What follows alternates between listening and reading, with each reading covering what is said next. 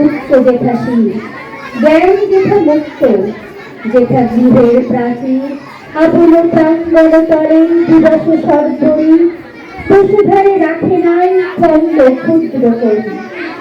যেথা বাক্য হৃদয়ের উৎসমূর্তকে উচ্ছ্বসিয়া উঠে,